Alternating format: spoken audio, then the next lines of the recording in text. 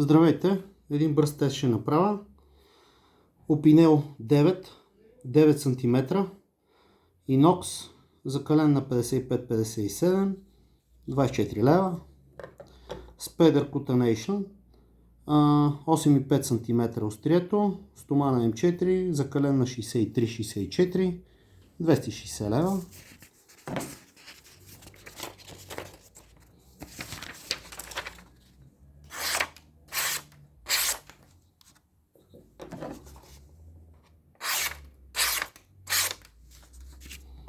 Да започнем с опинела. Някакво дървено трупче, акация, доста суха.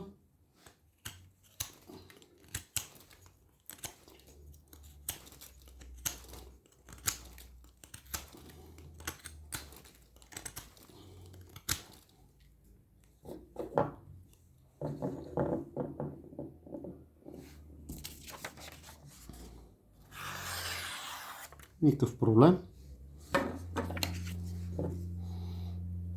Sustanation.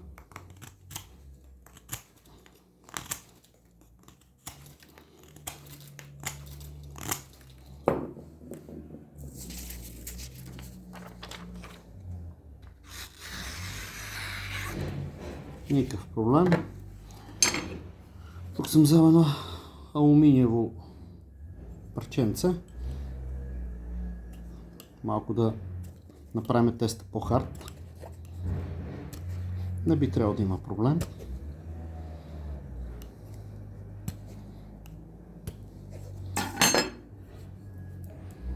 Все пак е алумин. Сега ще проверим. Не би трябвало, обаче си има проблясъци по острието.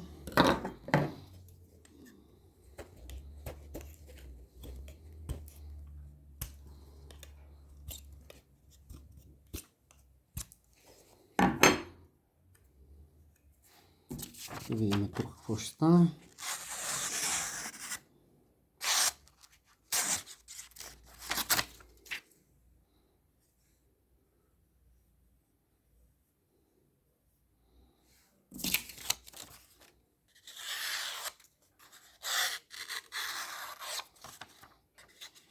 Може просто да останало, пак да го прегледаме, може просто да останало от самия алумин по острието и това да ме обърква.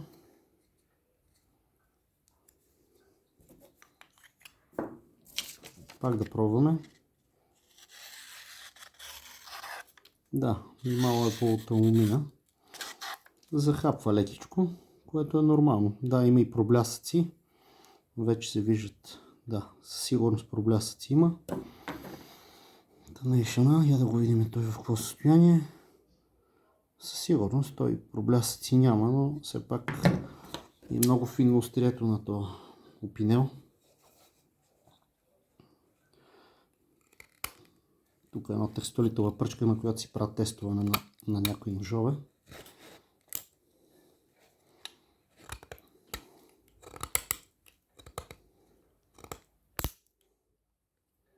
Иде си. Просто с това финно острие, просто не знам дали ще се забележи, но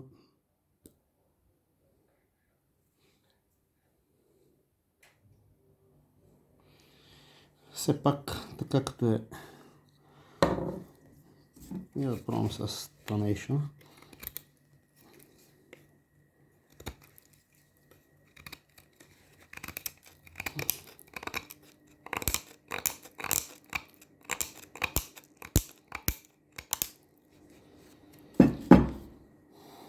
Нищо. Определено нищо. Следователно, ето сега ще го пробваме. Никакъв проблем.